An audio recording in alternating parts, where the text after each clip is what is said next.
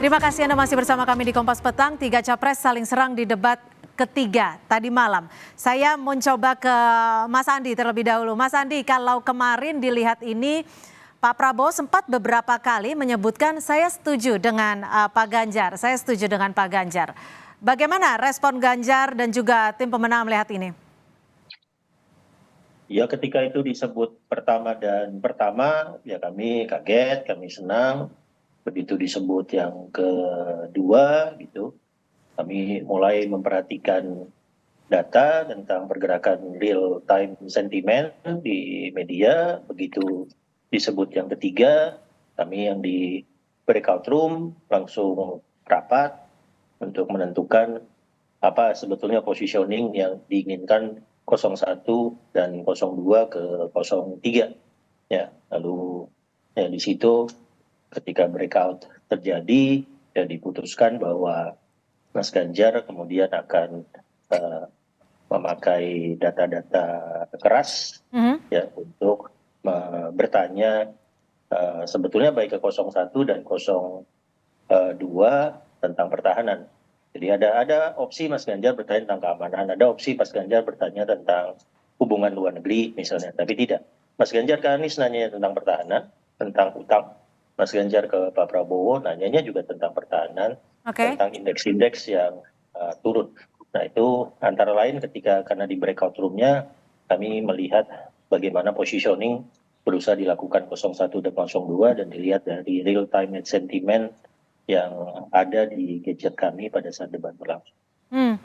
Mas Zaky, kalau menyebut setuju dengan pernyataan Pak Ganjar, ini sebenarnya apa yang ingin disampaikan Prabowo? Positioning kah? Atau memang strategi kah? Atau ada hal lain? Loh, kalau Pak Prabowo ini kan memang seorang yang tulus ya. Bahkan Gus Dur aja almarhum pernah menyampaikan, Pak Prabowo ini adalah orang yang paling tulus dan ikhlas berbuat untuk negeri ini gitu loh. Jadi kalau misalnya beliau rasakan bahwa kan bukan hanya Mas Ganjar ya, setahu saya 01 juga ada yang beliau mengiyakan juga, oh saya setuju nih gitu. Ya karena bagi beliau, jika emang baik ya beliau setuju. Beliau sampaikan, tapi kalau misalnya menurut beliau tidak pas ya beliau sampaikan tidak pas gitu. Jadi tidak ada dalam konteks ingin menaikkan elektoral atau dengan elektabilitas, karena bagi beliau. Jadi tidak direncanakan dengan setuju dengan perspektif? Tidak. Kalau beliau kan apa adanya gitu. Ada yang kemudian fake, ya silakan kan publik yang menilai. Ya, ada yang gayanya fake, yang mulutnya manis, narasinya luar biasa, tapi tidak mengerti substantif. Kan ada yang seperti itu gitu misalnya. Atau kemudian mentor-mentornya luar biasa, kelihatan sekali ini drill dari mentornya. Tapi antara mengerti dan tidak yang dibicarakan, nah itu kan juga publik bisa menilai gitu. Tapi yang pasti Pak Prabowo kan sendiri sudah membuktikan gitu. Kita bicara mengenai ada pembentukannya bersama Kementerian BUMN namanya Defense ID. Kalau kita bicara mengenai industri pertahanan atau industri strategis, ada holding BUMN industri pertahanan loh. Dan ada upaya untuk meningkatkan TKDN dari produk pertahanan unggulan dari 41% saat ini menjadi 50% gitu. Ya kan? Lalu kemudian banyak misalnya seperti pesanan-pesanan di internal ya, yang ada peningkatan sampai berapa kali lipat ini. Ternyata itu sumbangsinya dari Kementerian Pertahanan. Kita bicara mengenai Ranpis, kita bicara mengenai Rantur, kita bicara mengenai peluru dan berbagai kebutuhan-kebutuhan lainnya. Jadi kalau kita bicara mengenai bahwa tadi seakan-akan persepsi bahwa Pak Prabowo apa-apa beli keluar, itu justru. Oke, kalau diajak soal buka data gimana tuh Mas Zaky? Loh ya sangat buka data ya bagus saja. Karena begini Mbak, tidak semua data kan bisa dibuka ke publik gitu, ya kan? Ada data yang memang tertutup, terbatas. Makanya pertanyaan besarnya begini sebenarnya nih. Pertanyaan besarnya adalah bahwa tadi makanya saya nanya Mas Iqbal, sebenarnya 01 ini masih kompak nggak sih gitu? Mas Anies ini ngobrol langsung dijawab Mas Iqbal. Ya, tadi pertama saya mengkritik tentang bagaimana Mas Herzaki. Belum selesai, sebentar. Silakan singkat. Enggak, maksud saya gini, kan ada tuh di Komisi 1. Emang nggak pernah ngobrol gitu mengenai data. Ya makanya mau saya dijelasin nih supaya tidak nganturnya nggak jauh nih. Gitu. Ini nggak ngantur, ini data kok semua. Jadi yang ingin saya bantah bahwa jangan libatkan TNI dan keluarga besarnya di sini. Walaupun TNI itu dia berkoordinasi di bawah Kementerian Pertahanan, dia dilantik langsung oleh Presiden. Penilaian Panglima itu ada lain sendiri. Jadi yang kita kritik adalah kepemimpinan personal Pak Prabowo sebagai Menteri Pertahanan. Ya, jangan dibawa-bawa TNI-nya, karena TNI ini dia punya indikator kinerja kepuasan sendiri. Yang kedua adalah yang ditanya Pak Anies itu kemarin adalah tentang keterlibatan orang dalam. Itu kan tuduhan. Kalau tuduhan nggak benar kan harusnya bisa diperkarakan. Tapi kok malah tidak dijawab. ada PTYMI, ada apa namanya kerabat gitu ya, ada dari partai. Jadi kalau itu memang tidak benar, harusnya Pak Prabowo membantah dengan tegas. Oh nggak benar, saya jamin. Tapi tidak ada bantahan itu bahwa ada ordal di dalam pengadaan alutsista di Kementerian Pertahanan. Jadi yang ketiga, ya kami selalu dikaitkan dengan apa namanya Komisi 1, anggota DPR. Berbeda, mereka hanya mengesahkan. Adapun pengawasannya, ya banyak tuh, searching aja di Google. Pak Prabowo ketika diminta membuka secara terbuka nggak mau, maunya tertutup. Ketika tertutup hanya orang-orang perwakilan saja, kapoksi saja, yang itu juga anggota Komisi 1 juga tidak puas, bisa di-searching. Ada Afindi Simbolon ya, yang mengkritik itu. Jadi kita ingin melihat bahwa kita ingin masyarakat itu tahu mana yang rahasia, mana yang akuntabel. Ini beda gitu loh. Jadi kalau data-data yang dibuka memang sudah data yang terbuka gitu bahwa ya? pengadaannya ada kerabat di sana, itu bukan rahasia gitu loh. Oke. Tapi kalau misalnya jumlah apa namanya jenis senjatanya, apa yang sedang proyek berkembang berjalan, oke. Tapi kalau soal siapa yang mengerjakan, apakah ada KKN di sana, itu bukan rahasia. Itu yang harus dibuka. Kan sejak awal Pak Hasyim sudah menjelaskan bahwa di Kementerian Pertahanan markupnya tinggi. Tapi pertanyaannya markup tinggi ada nggak follow up-nya? Ada nggak penindakannya? Oke. Seperti itu yang kita inginkan. Oke, saya ke Mas Adi. Mas Adi. Berarti saya bisa jawab dong. Kan silakan. Iya kan. Sederhananya begini, Kemhan ini ya, satu, kita dalam setiap kebijakannya itu selalu melibatkan KPK, BPK, dan BPKP. Pertanyaan besarnya ada temuan atau tidak. Kan begitu. Jadi jangan kemudian melantur Mas Iqbal kemana-mana. Ya tadi kan Pak Hasyim bilang ada temuan ratusan miliar.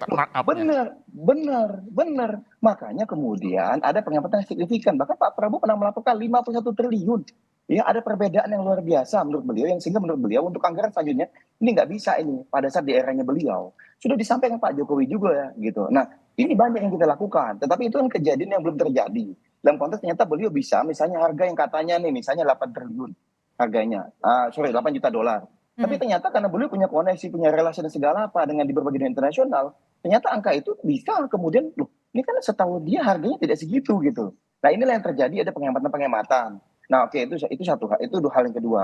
Yang ketiga, jadi bukan berarti tidak ada follow up, kita lakukan itu semua gitu loh. Nah kemudian terakhir misalnya, kalau kita bicara mengenai tadi, mohon maaf Mas Iqbal gitu loh, 131 triliun itu bukan milik Kemhan sendiri, ya. Itu ada yang namanya Mabes TNI, ada namanya Mabes TNI AD, ada namanya Mabes TNI AL dan Mabes TNI AU. Ya inilah yang bekerja bersama semua gitu.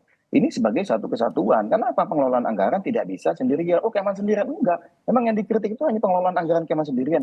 Pada saat pertanggung jawaban itu pengelolaannya satu keseluruhan secara integratif gitu loh. Saya nggak tahu kok misalnya ternyata Mas Iqbal ini dan teman-teman pemikirannya silo gitu loh. Kita sudah justru integratif, tapi beliau masih silo aja dalam konteks pertahanan. Baik. Ini supaya adil, saya kasih kesempatan dulu deh ke paslon 3 dulu, singkat dulu. Gimana soal ini? Soal buka data. Pertanyaan spesifiknya apa? Soal tantangan buka data. Mas Andi. Yang pasti data-data yang disampaikan oleh Mas Ganjar di debat 3 kemarin, itu 100% data terbuka. Data terbuka ya. Jadi sepaham dengan Mas Iqbal ya? Bagaimana? Jadi sepaham dengan Mas Iqbal ya, bahwa data-data itu adalah data yang terbuka yang bisa di-publish di publik juga gitu? Enggak, kalau kami data yang kami sampaikan, data yang kami juga serahkan ke tim paslon 2, itu data terbuka. Tidak ada data tertutup, tidak ada data rahasia. Dan data-data terbuka itu memang menunjukkan kita harus mencari cara untuk mengatasi penurunan beberapa indeks yang terkait dengan pertahanan. Ya. Ada juga indeks luar negeri yang turun, misalnya yang tidak sempat disebutkan oleh Mas Ganjar. Di data kami ada pasport indeks itu kita turun. Kekuatan paspor kita misalnya turun. Itu harus kita cari solusinya seperti apa. Ya. Tapi Pak Ganjar sampai meminta Pak Prabowo untuk boleh diizinkan didampingi oleh timnya. Iya, dan datanya akhirnya kami kasih ke tim paslon 2 setelah debat. Kami sampaikan seluruhnya. Tadi saya konferensi pers di Media Center Cemara 19, 100% data yang kami siapkan untuk debat 3, kami serahkan ke teman-teman wartawan untuk dipelajari dengan meyakinkan bahwa data-data itu 100% data terbuka, tidak ada yang klasifikasinya rahasia, tidak ada yang menyatakan informasi-informasi sensitif. Baik, saya ke Mas Adi. Mas Adi, ini seberapa besar sih pengaruhnya, efektivitasnya dari pasangan calon presiden, dari calon presiden ini untuk saling serang, untuk saling mengadu buka data dan lain sebagainya? Kalau bicara tentang efektivitas, saya kira efektif ya, terutama untuk mengokohkan dukungan masing-masing capres. Jadi hampir sekitar 75% dari masing-masing pendukung ini semakin kokoh dukungan politiknya, baik untuk 01, 02, dan 03.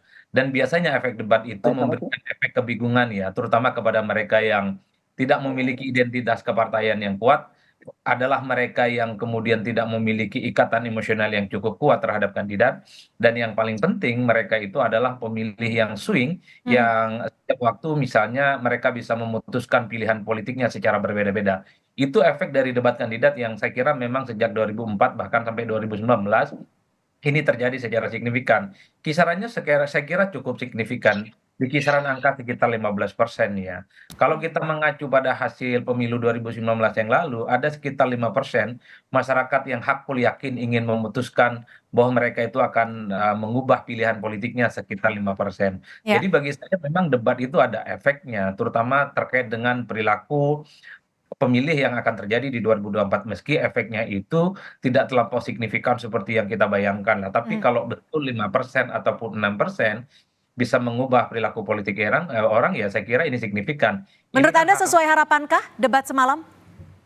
kalau menurut saya sesuai harapan, dan bahkan ya di debat keempat dan kelima pihak yang merasa kalah ya harus membalas di sisa perdebatan selanjutnya. Tapi Mbak Cynthia, kalau saya Oke. membaca rata-rata secara umum, debat yang sesungguhnya itu adalah debat pasca debat yang terjadi antara paslon yang kemudian diamplifikasi oleh masing-masing tim sukses dan tim pemenangan. Jadi data-datanya itu kan bisa diekspos ya, data-datanya itu bisa ditunjukkan secara maksimal, karena debat KPU itu kan bicara cuma 1 menit, 2 menit, 3 menit, 4 menit. Jadi tidak komprehensif kita bisa menangkap data secara detail terkait dengan pertanyaan-pertanyaan yang ada. Oleh karena itu, seperti dialog yang dilakukan oleh teman-teman Kompas TV, Bang Hersagi misalnya bisa menjelaskan apa saja indikasi-indikasi keberhasilan Pak Prabowo. Bang Iqbal, Bang Andi juga menjelaskan bahwa variabel serangan yang disampaikan oleh Pak Ganjar dan Pak Anies itu Ya. nggak ada yang rahasia ternyata. Semuanya transparan dan terbuka, sangat mudah untuk diaudit oleh publik.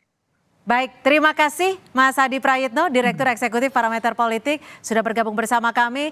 Mas Muhammad Iqbal, terima kasih, Jubir Timnas Amin, dan Terima kasih. juga Terima Mas kasih, Herzaki Mbak Mahendra, Jubir TKN Prabowo Gibran, sudah bergabung bersama kami, serta Mas Andi Wijayanto, Jubir TPN Ganjar Mahfud, juga sudah bergabung bersama kami di Kompas Petang. Selamat sore.